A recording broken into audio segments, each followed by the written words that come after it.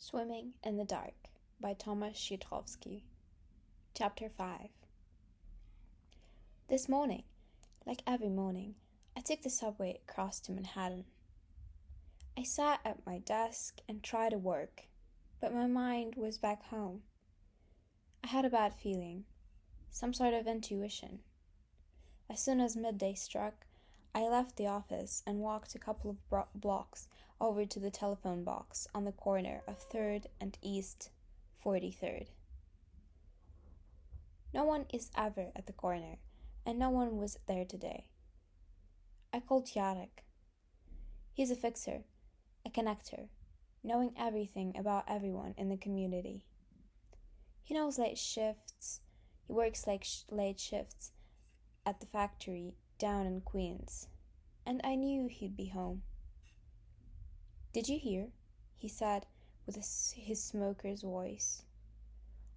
Almost immediately after picking up the phone, the Zomo killed 9 miners in Katowice. They were protesting the martial law. Can you believe it? First, they lock our people in our country. Then they jail them. Now they shoot them in the street. Sons of bitches. This time they're gonna pay for it. A shiver ran down my back and across my lips. Are you sure?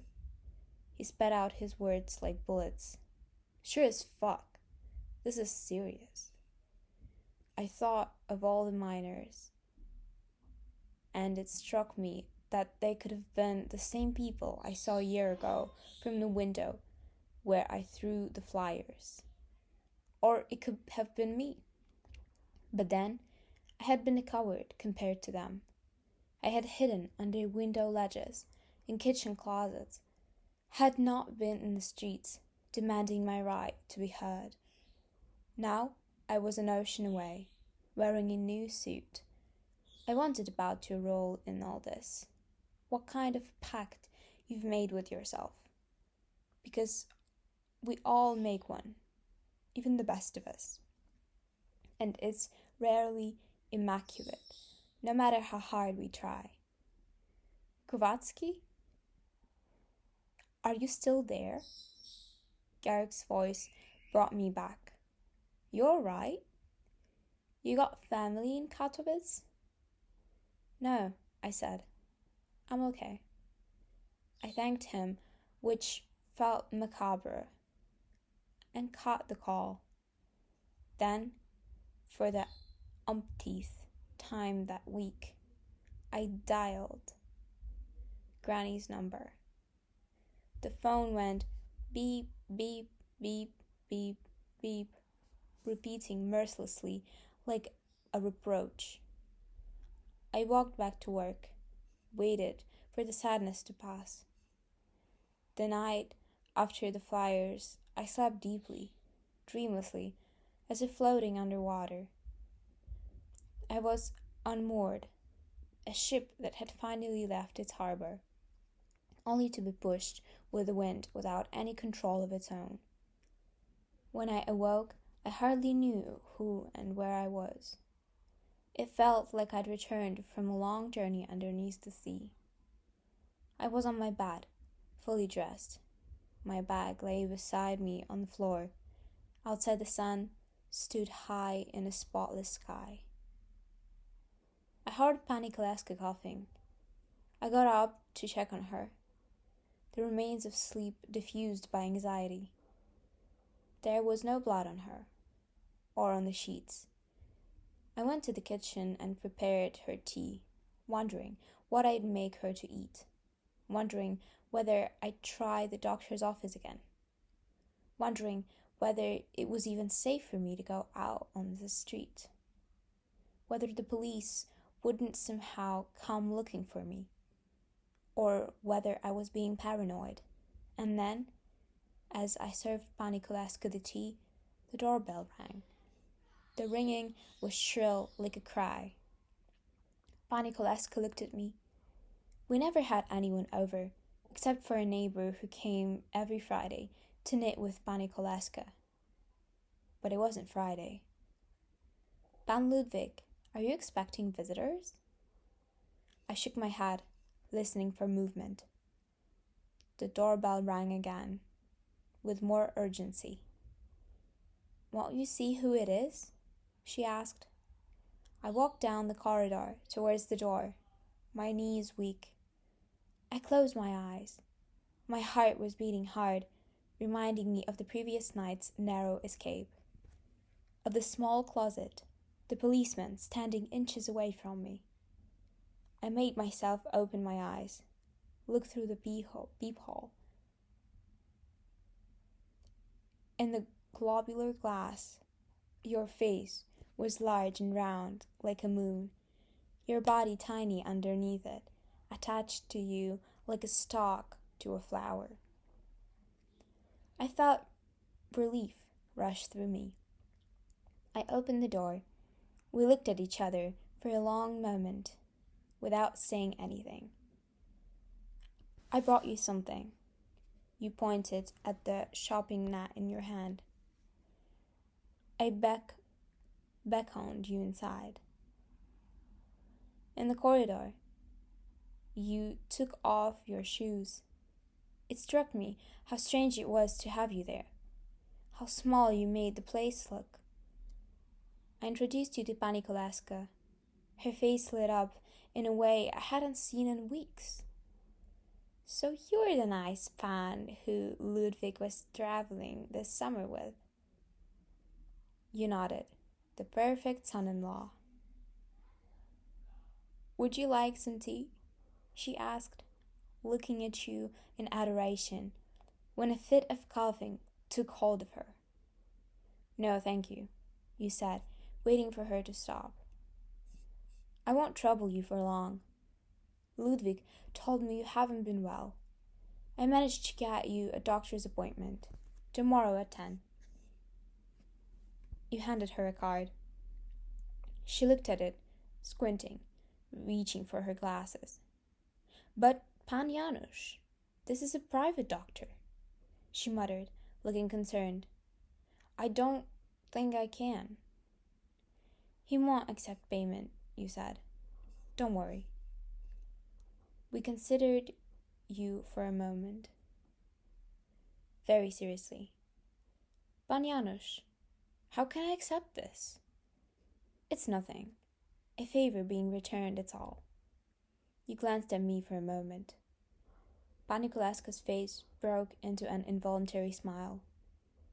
I don't know how to thank you. Please, stay for lunch. Thank you, but I have to go, and you need to rest. Another time. When you feel better. You got up and shook her hand, and came through to the corridor with me. I wanted to thank you, but I couldn't. I was worried about you, you said. You seemed so upset yesterday. I waited for you at the pool last night, and with the demonstrations escalating. Did you hear? I'm fine, I said, managing to keep a steady face, watching yours relax. You pulled out a jacket from the knap bag and handed it to me.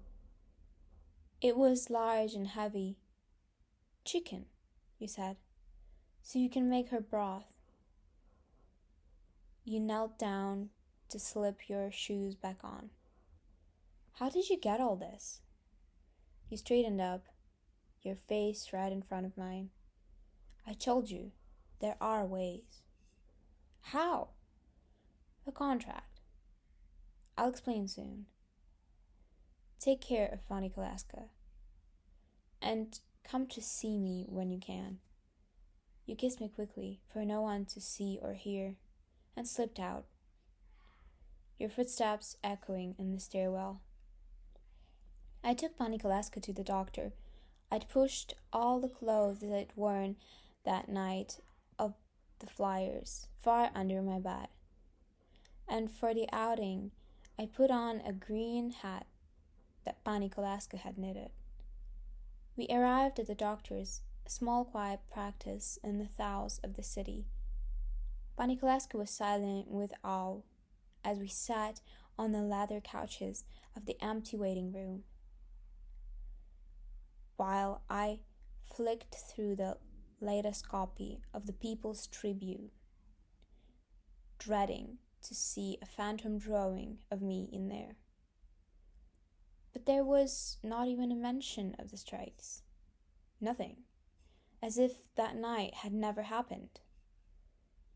The doctor examined Pani Kolaska with unusual care and gave her a dose of French antibiotics that he took from the glass cabinet behind his desk. On the way home, we passed a line of policemen. I held my breath, but they didn't even look at me. That week, I didn't leave the flat. My mind had a storm raging inside it, and outside the autumn rain began. It rained for days on end. The drops drummed on the roofs and hammered the streets. Thunder growled like the anger of our forefathers. It felt like the city was under attack, like the city and its streets might start to give way, dissolve, its life flowing into the Wisla and out into the cold depth of the sea. I sat by the window and watched. I couldn't bring myself to listen to the secret frequency again.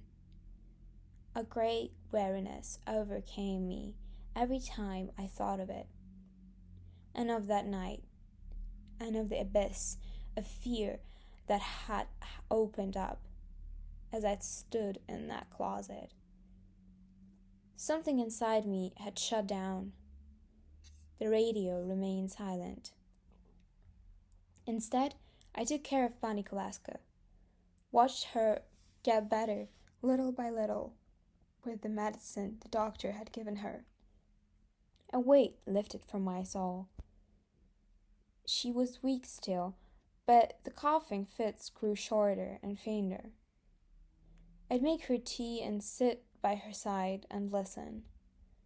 She told me about the journeys she'd made with her husband, the work trips they'd gone on abroad, to Tunisia and Algeria. She showed me her photos of dry, desert-like landscapes with palm trees and orange-brown earth, and low square houses made by hand. There she was, a younger version of herself in an ankle-length dress with flowers and a straw hat, looking proudly into the camera. Next to her, her husband, tall and stocky, his square face content, a big white hat on his head. Everything had been different there, she said, smiling to herself. She told me how they used their right hand to eat and their left to clean themselves. Those Arabs are very different to us, but so kind.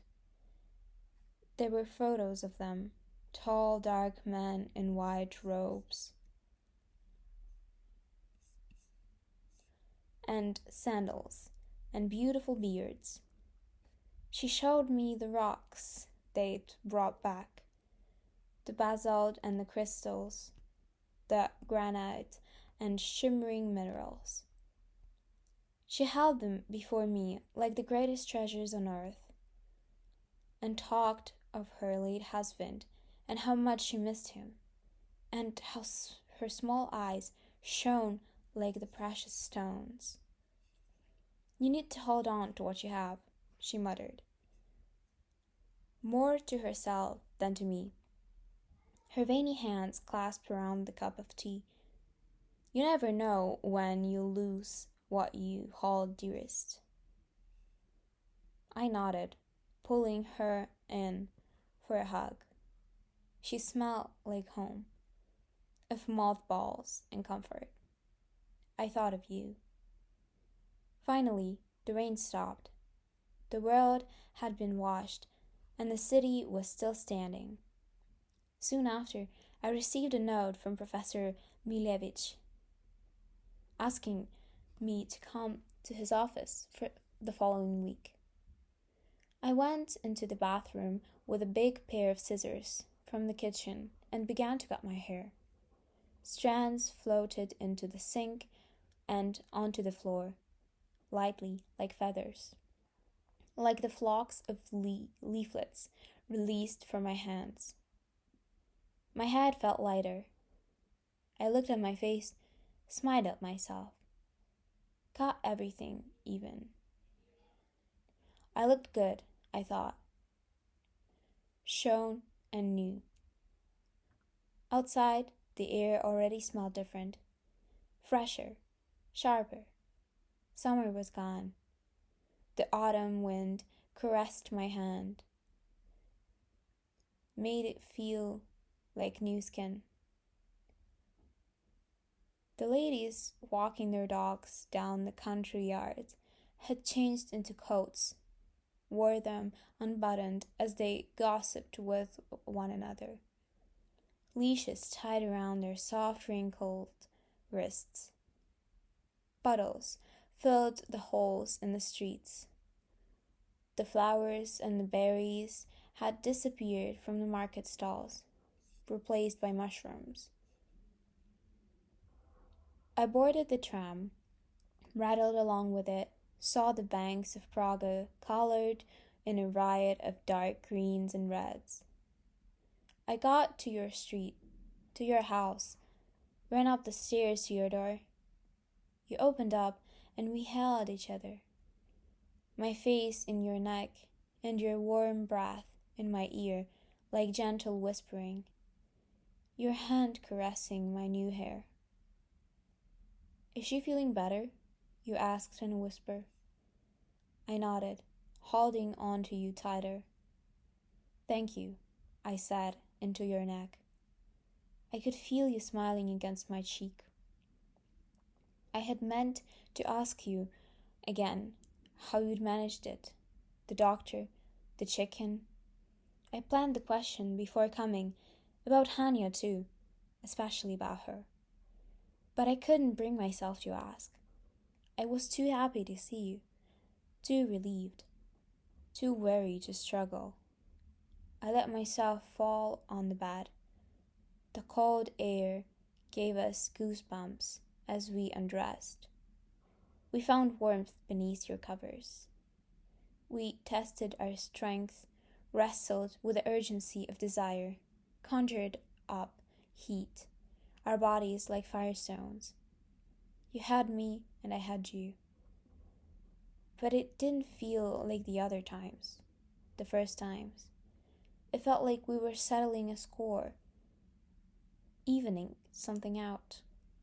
Like we needed this language, this code, to know where we were and who. And that we were both still holding on. Afterwards, you got up and switched on the radio. Sitting on your haunches, turning the tune button. You arched back, defined, your ass wrestling on your heels. Your tan had faded, I realized, and so had mine. Finally, we found a station, a piano concerto, maybe Mozart. You lit a cigarette and came back to bed, the smoke gently floating, caressing the air. I felt weightless, again like one of the leaflets I had released into the air. I closed my eyes. "Maybe you were right," I said, feeling you lie down next to me. "About what?" You blew out your smoke. It mingled with the air above us. About needing to stay calm and finding other ways. I was foolish. It felt good to say this, to shed conscience like a coat. If only the lightness would last, like other talk, another exhalation. The piano played joyfully, relentlessly. My eyes remained closed. "You were scared," you whispered, "but now you know that there is no need for that. your mouth covered mine. The smoke flowed from you to me, down into my lungs, filling me up, making me feel, for a moment, like I would burst. That Saturday, you and I met the Asienki Gardens. It was my favorite park in the city, and the only place I remember visiting. The one time I'd come to Warsaw as a child with mother and granny. We'd taken a boat to the lake, fed the swans and the squirrels, had seen the other complete families, mothers, fathers, and children.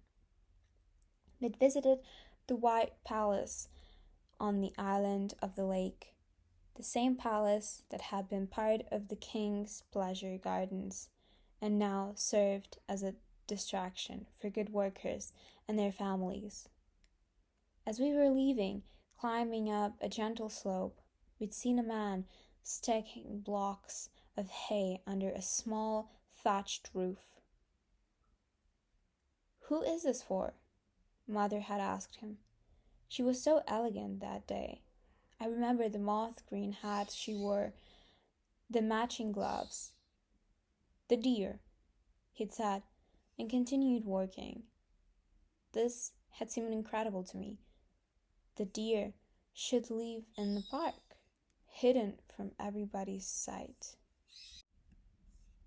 That Saturday night, when it was already dark and the gates of the gardens were locked, I imagined them, the deer, racing unhindered through the grounds, across the untended meadows, up and down the hills, along the tree-lined path, their hooves clattering on the gravel and stirring the sleeping swans. What freedom to live like that, protected and boundless at once. You were waiting for me in the light of the street lamp. You wore a brown corduroy jacket, and your hair was combed to the side. Like that time you'd stopped me in the street in your suit, the day of the flyers. Like that day you looked like a different person, and this both scared and excited me. "Very chic," I said, clicking my tongue, hiding my discomfort. You smiled. "You look great too." I'd worn my only jacket, a white shirt, and my good shoes. "Are you sure it's not strange for me to go to the party?" You laughed briefly and placed your hand on the back of my neck. "There'll be lots of people there. You'll blend right in."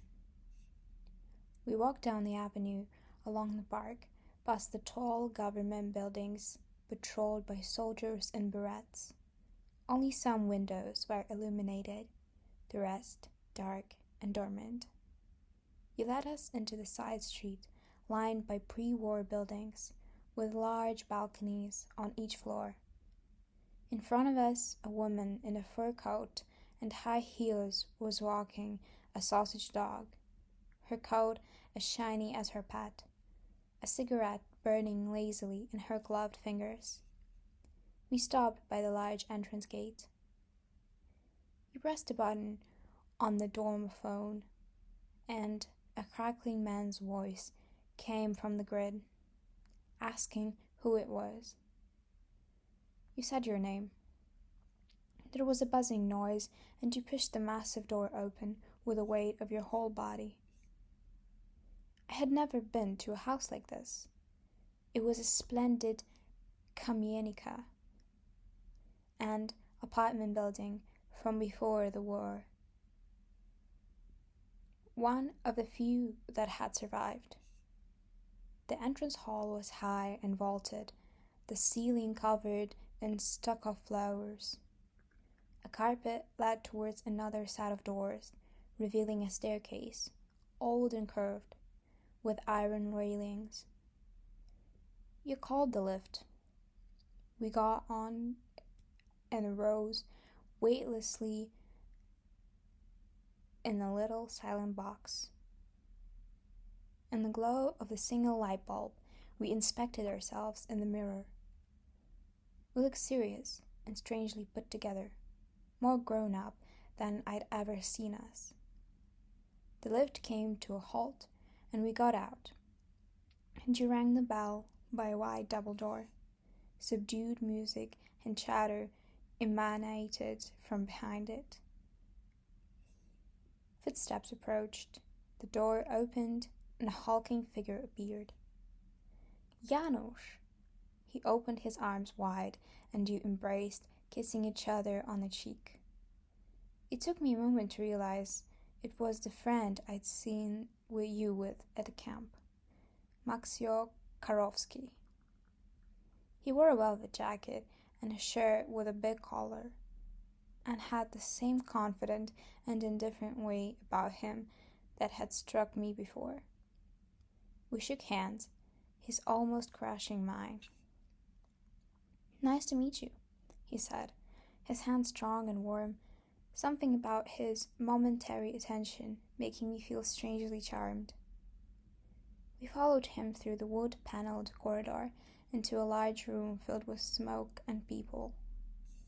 Music blasted throughout the place, hot and loud, rockingly hypnotic. Couples danced in the middle of the room or lay spread out on a wide Yeti carpet.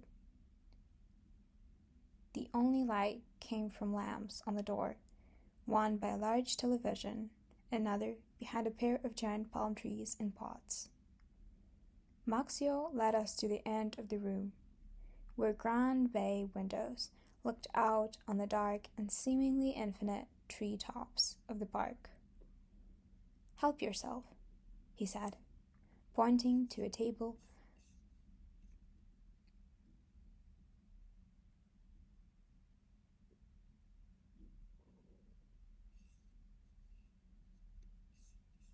covered in bottles and plates. "I need to check on somebody." He winked at us and disappeared in the crowd. There were vodkas and whiskeys and gins and vermouth and bottles I had never seen before, and colorful plates of aspic meats and pineapple rings and cheese cubes. I wanted to taste everything. I ate some grapes and downed some whiskey, feeling the liquid's journey through my body, earthy and sweet and unbordering. The music and the laughter of the people all merged in my mind, spinning me into its net. I didn't recognize anyone in the dim light of the room. Every silhouette seemed equally important and glamorous. Girls in dresses and clogs and hair piled high, boys in high-waisted blue jeans and tight shirts and jackets. "This place is out of this world," I cried into your ear, over the sound of the music, and you nodded, and your mouth formed the words I know. We had another drink, and had just started to move to the music when an arm snaked itself around my waist from behind. Orange fingernails and dangling bracelets. "I almost didn't recognize you with that hair. Handsome," said a mouth by my ear. It was Carolina. Lips the color of pomegranates, lashes large and thick and heavy with mascara, like clotted spider legs. "What are you doing here?" I pressed her against me, relieved to see a familiar face. "I was invited, I swear," she cried, taking my head in between her hands, kissing me on the mouth. I could feel her lipstick rubbing off, the petrol smell of her breath. She laughed and held her outstretched hand towards you like a lady. "I don't think we've ever properly met." You kissed the hand obligingly, playing her game. I took her by the waist. "Are you drunk?" "As a sailor. It would be stupid not to be." She raised her glass, swayed on her heels. And then the music stopped. The record had come to an end. The low crackle of the speakers would be heard between the suddenly naked chatter of the crowd. We looked at each other, bemused in anticipation. A new record was placed on the deck by a gangly boy in a green bell-bottoms. At once, a string of quick, light beats prepared the room, gathered our attention, ecstatic, simple, and single-minded. And before we knew it, Blondie's siren voice had filled the room, sending a rush through us. We didn't know the words, not a single one, but we understood everything about Heart of Glass. All its elation, its decadence, a pleasure of self-indulgence. We made our way through the crowd to the middle of the room, where we dissolved ourselves in her voice, in its high flight, in the rising and falling melody, in the motive of the beat that was there from beginning to the end, and begged to be followed. Our heads spun along with the record. Our bodies became instruments of the song, extensions of it. And we formed as one, dancing in a triangle, swaying from side to side as it possessed. When the song had ended, another one began to play, one just as good and catchy and seductive. And we gave ourselves to it. It was as if someone had taken us and placed us on a platform on top of the world. We danced until sweat ran down our backs and foreheads, and we could no longer catch our breath. Later, the three of us took a break, filled our glasses, smoked by the large windows, looking out over the black expanse of the park. The windows had glazed over with our hat, and someone opened one, letting in the cool evening air. That's when I saw her, on the other side of the room, talking with a blond boy in a pair of dark sunglasses. She wore a long, sequenced dress, and her hair was large and frizzy, almost standing up from her head. She was an apparition. Then her eyes fell on you, and she made her way across the room. "How lovely you could make it!" She threw herself around your neck as if that's what it was there for. Her flowery, spicy perfume enveloping us all. Her eyeshadow was blue and sparkling like Ziggy Stardusts. Her eyes came to rest on me. "I was watching you earlier," she said, speaking slowly as if pronouncing a verdict. "Fabulous dancing, and that hair suits you." She glanced at Carolina. This must be your girl." Carolina laughed, with her mouth thrown open. "No, just a friend," she cried, looking over me and straightening her face. "Just a friend." Hanya smiled politely, looking at you and then back at Carolina. "Well, maybe we can find you someone here. There are plenty of boys around, Janusz. Shall we dance?" He nodded and let her arm slide around yours. "See you later," she cooed, and you were off. Carolina and I poured ourselves another drink, and the drink of total drunkenness now, and fell onto the wide, soft couch in the corner where we could see the whole room. The whiskey was still good and strong. Its warmth went straight from stomach to head. "I'm so glad you're here, kiddo," Carolina said, her legs thrown over each other, almost flying on the couch. "Me too," I slurred. "Who invited you anyway?" She laughed. "Excuse you. Maxio invited me." She pointed at him on the other side of the room. dancing closely with a blondie girl in a miniskirt. The sleaze. I considered Carolina from the side, her profile clear against the white of the couch. She looked tired, and from the first time it occurred to me that we were all aging, that we would not be young forever. "But how do you even know him?" I asked.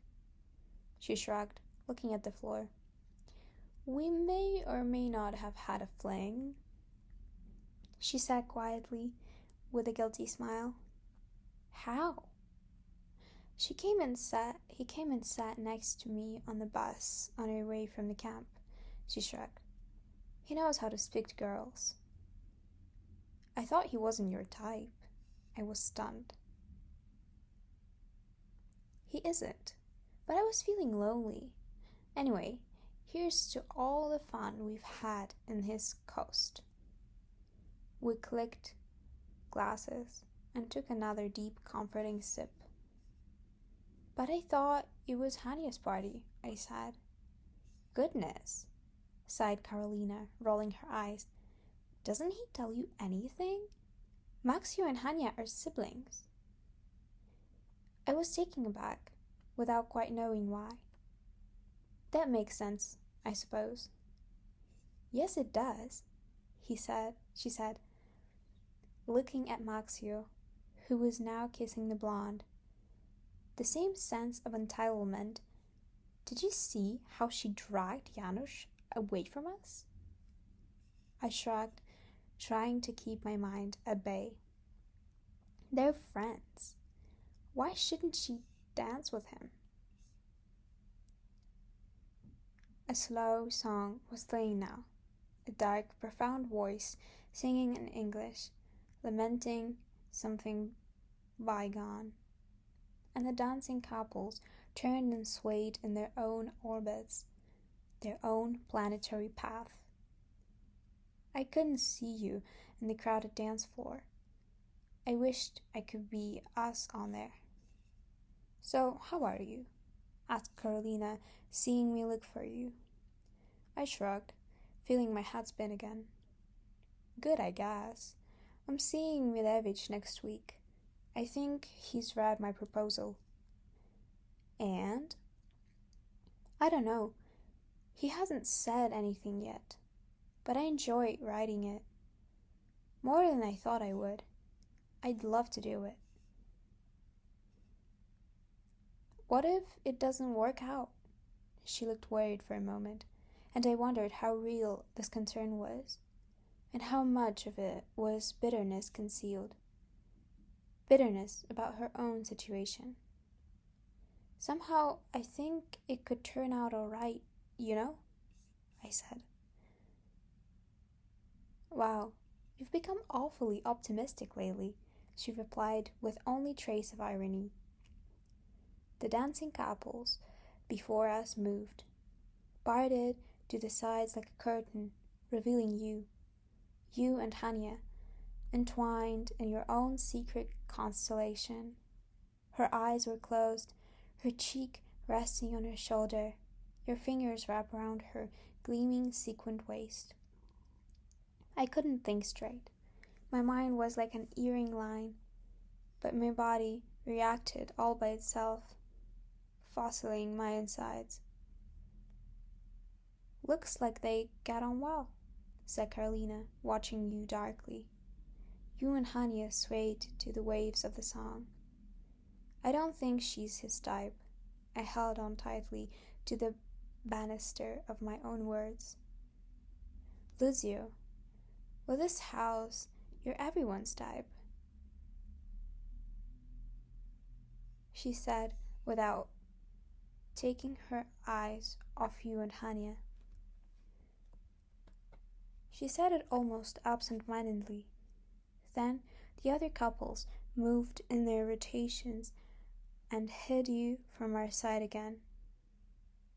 And I looked back at Carolina. Her words remained in the air, heavy, unwilling to go away, like a fog. "You're exaggerating," I said. "Since when are you Such bloody pragmatist. She laughed, as if to appease me. Not me, Lucio, but everyone else. The tip of her middle finger traced the brim of her glass. Then she looked around the room, low and mysterious, with the dim light and the palm trees. Her eyes shimmered. It's beautiful here, and there are no queues for Scotch whiskey. She clanked her glass to mine and took another deep sip. You're drunk, I said, feeling the drink turn bitter in my mouth. The music played on. The couples danced carelessly. I need the bathroom, I said, and stumbled off. Someone pointed me to the door at the end of the long corridor, and I slipped inside. My head was spinning. I went to the sink and splashed water over my face. The only light came from silver bulbs arranged around the wide mirror, like in a Hollywood boudoir. It made me look tired, somehow older, like Carolina had earlier. My eyes fell on the large square machine in the corner. I believe it was the first time I'd seen a washing machine with my own eyes. It glistened in with the light of the room, solid and reassuring. Its little round door, like the entrance to a spacecraft. I thought of Granny, kneeling over a metal basin, pouring scalding water from the kettle, dipping each shirt, each sock, each handkerchief into the water. All of her life, with a block of brown soap in her sore hands, rubbing, scrouching, her fingers burning. When I returned to the dancing room, Carolina was gone. I sat on a couch next to a kissing couple, watched the people on the dance floor, and I fell deeper and deeper into the sense of alienation. And just when I was wondering what I was doing there, and had resolved to leave, the music stopped mid-song, and the lights turned off. The crowd came to a baffled standstill, and from the corridor a halo of light and a set of deep voices began to sing. Stolat, Stolat. I got up to see. You and Maxio appeared in the door with a cake so big you had to hold it between the two of you. A circle of candles burned in its center. Within an instant, the whole room had joined in. Stolat, Stolat, they sang. 100 years, 100 years shall you live for us. Even I joined in, swept up by the momentum. The cake traveled slowly through the crowd towards Hania, who stood in the middle of the room, beaming with delight. You and Maxio reached her just as the song came to an end. A storm of cheers and congratulations raging through air. Boys whistling with fingers in their mouth. Hania bent over the cake. In the darkness of the room, the candles were the only source of light that lit her face from below. She took a large breath and blew out little flames. Her eyes half closed, her painted face strained with effort. I told myself that she looked like a witch, but I hardly believed it. I couldn't bring myself to hate her. The applause was deafening. Hania kissed Maxia on the cheeks and then threw her arms around your neck.